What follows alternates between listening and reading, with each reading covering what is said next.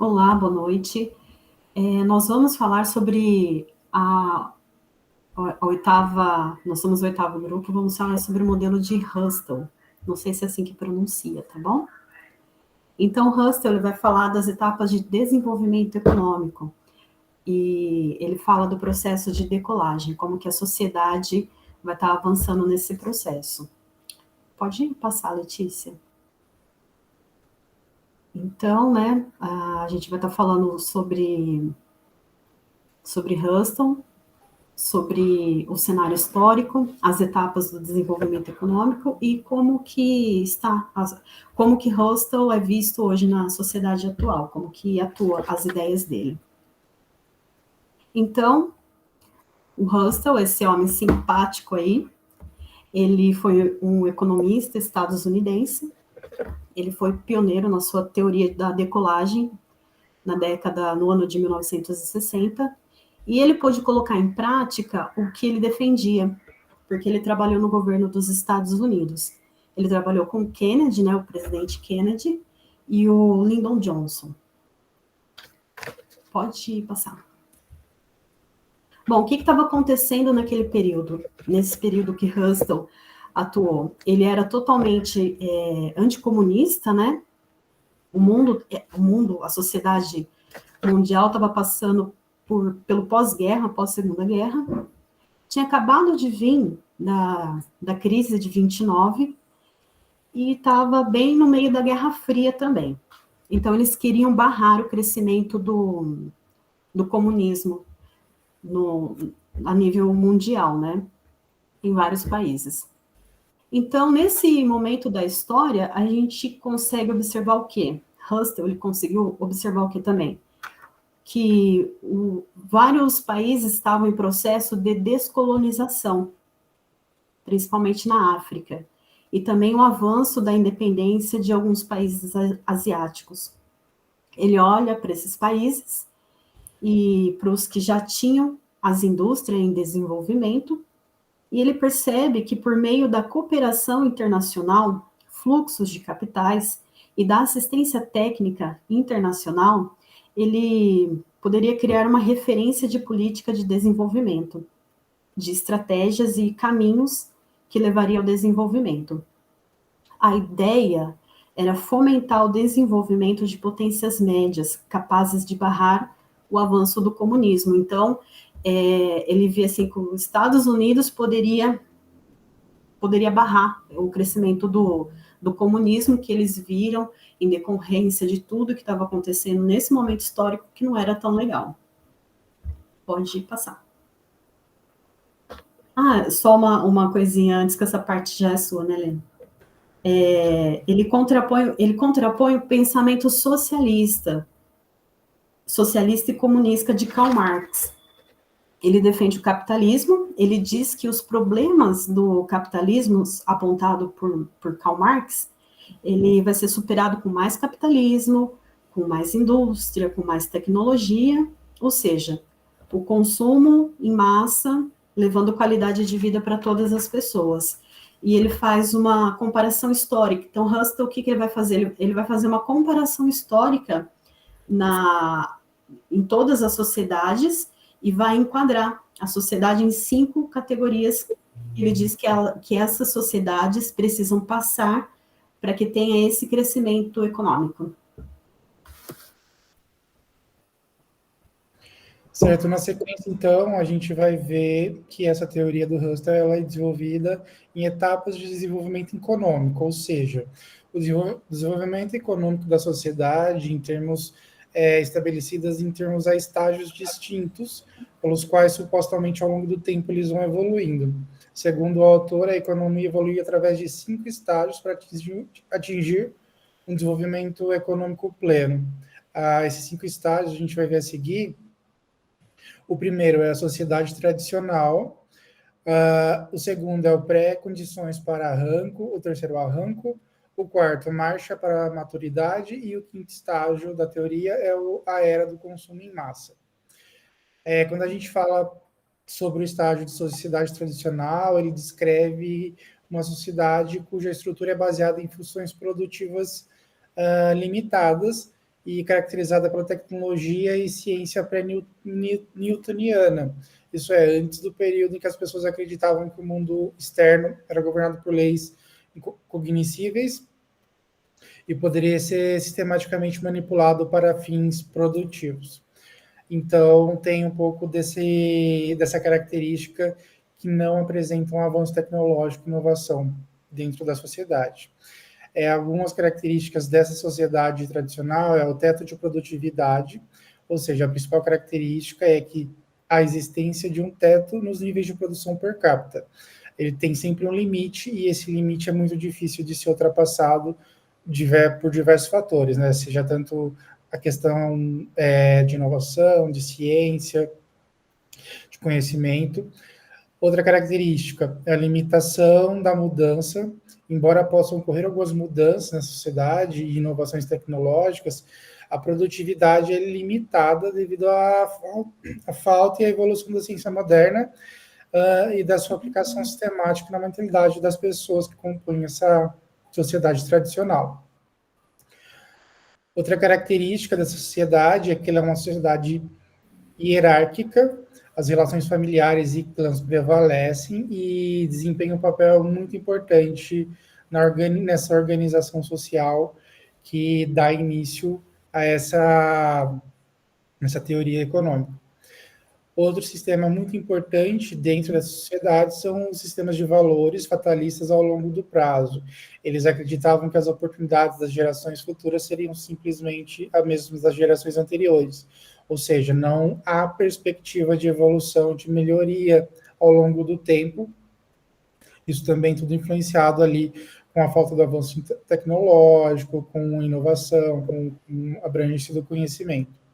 E, além disso, o poder político ele era vinculado à terra, ou seja, o poder geralmente estava na mão de quem era proprietário de terras e os mesmos exerciam influência política. Agora, na fase de condições de pré-arranco, Letícia vai falar. Então, essa fase é um período de transição em que os pré-requisitos para um crescimento econômico sustentável estão a ser estabelecidos ainda. Esse momento é um período de preparação antes que o crescimento econômico acelere de vez. As influências externas. Muitos dos casos, os pré-requisitos para o empreendedorismo não são apenas endógenos, mas também sujeitos a influências externas. As invasões das sociedades mais avançadas desestabilizaram as sociedades tradicionais, acelerando o seu colapso e estimulando a criação de alternativas modernas. As mudanças no conceito. Durante esse período, o conceito de progresso econômico difundiu-se amplamente. A sociedade começa a acreditar e é obrigada a acreditar que o progresso é possível e sim desejável. A transformação política. A formação de um Estado-nação centralizado e eficaz emergiu como um aspecto importante deste período. Isso envolveu a transição das coligações regionais para um nacionalismo mais forte. O arranque em si, chegando enfim no arranco, representa um momento em que as barreiras e as resistências ao desenvolvimento econômico regular são superadas. Alguns dos seus requisitos são os fatores de arranque. O incentivo para o arranque são, em grande parte, tecnológicos, como em caso da Grã-Bretanha e em partes do mundo por ela influenciadas, como Estados Unidos e Canadá. Porém, em um contexto mais geral, o arranque dependeu da acumulação de capital social fixo, do progresso tecnológico na indústria e na agricultura, e da aquisição de poder político por grupos dispostos a encarar a modernização. Expansão de novas indústrias. Durante a fase de arranque, as novas indústrias expandem-se rapidamente e os lucros gerados são reinvestidos em novas instalações. Essas indústrias estimularam a expansão das áreas urbanas, serviços e bem manufaturados. O crescimento da classe empresarial. Uma nova classe empresarial se expande à medida que mais pessoas economizam as taxas mais elevadas e investem suas economias no setor moderno. A modernização agrícola, a difusão de novas tecnologias agrícolas e industriais, especialmente com a industrialização da agricultura. A modernização da agricultura é vital, pois a sociedade moderna consome mais produtos agrícolas. A marcha para a maturidade. Após o período de arranque, a economia entra numa fase de progresso contínuo, mas variável. Um de seus pontos são a economia em mudança. À medida que a tecnologia avança, a estrutura da economia continua a mudar. Desenvolve-se novas indústrias, bens anteriormente importados começam a ser produzidos localmente e surgem novas exigências de importação. A acomodação de valores e instituições. Durante essa fase, a sociedade ajusta seus valores e instituições para acomodar as necessidades da modernização. Capacidade de produção diversificadas. Nessa fase, a economia demonstrou capacidade de diversificar a produção e aplicar eficazmente a tecnologia moderna em vários campos. A economia possui habilidades técnicas e organizacionais para produzir uma variedade de produtos. E, por fim, a era do consumo em massa. Durante esse período, os principais setores econômicos mudam para os serviços e bens de consumo duradouros. Esta etapa é caracterizada pelo alto consumo e pela busca por conveniência no dia a dia. O aumento da renda real. À medida que as sociedades atingem a maturidade no século XX, a renda pessoal pode ser direcionada para além das necessidades básicas, como alimentação, habitação e vestuário. Mudanças na força de trabalho. A estrutura da força de trabalho sofre por grandes mudanças com o aumento da produção da população urbana e o aumento do número de trabalhadores de escritório e de ocupações profissionais. O impacto do automóvel. A linha de montagem móvel de Henry Ford proporcionou automóveis baratos produzidos em massa, os quais foram um passo crucial nessa fase de desenvolvimento. Esse acontecimento teve um impacto revolucionário na vida e nas expectativas sociais. Bom, então hoje, né, o que resta das teorias de Husserl hoje em dia, né? Eu esqueci de mencionar que ele trabalhou na Segurança Nacional, ele teve uma grande influência na Guerra do Vietnã, né? E, assim, diferente de Karl Marx, que foi mais teórico, ele pôde ver suas teorias em práticas. E hoje em dia, o que a gente tem, né? O Husserl, ele se caracterizava muito porque ele gostava, ele achava legal assistência de fora, ele gostava do Banco Mundial, de investimentos estrangeiros, de multinacionais e assessores militares. O que resta hoje são os seus conceitos, né, de decolagem, de arranco, as pré-condições de crescimento autossustentado, e a era do consumo em massa, que é o capitalismo total, né? As condições políticas para a decolagem, para o arranco, ela é mais atual do que nunca hoje em dia. Eu achei interessante essa imagem num vídeo que eu vi, e que fala que eles comparam Husserl, né, a teoria dele, que é uma decolagem, né, essa teoria do arranco, essa decolagem é como se fosse um voo que nunca vai acabar, vai estar sempre subindo, subindo, subindo. Então, essa é uma pressão muito grande para as sociedades em geral, né? Porque sempre ela tem que sempre mostrar, o país tem que estar sempre mostrando que está muito bem, que está produzindo, que está em crescimento, e, na verdade, nem tudo vai crescer para sempre, né? Não é natural crescer para sempre, né? Uma economia saudável deve ser criada para prosperar e não para crescer. Então, não tem como a economia se sustentar crescendo, crescendo, crescendo para sempre. Como tudo na vida, as coisas nascem, elas crescem e elas florescem e prosperam. Então, mas é meio complicado, não é assim que a gente está vendo, né, hoje em dia. Então, achei essa imagem bem interessante, essa curva, né, a árvore se comparando com isso, que ela cresce, ela nasce, ela cresce, ela prospera.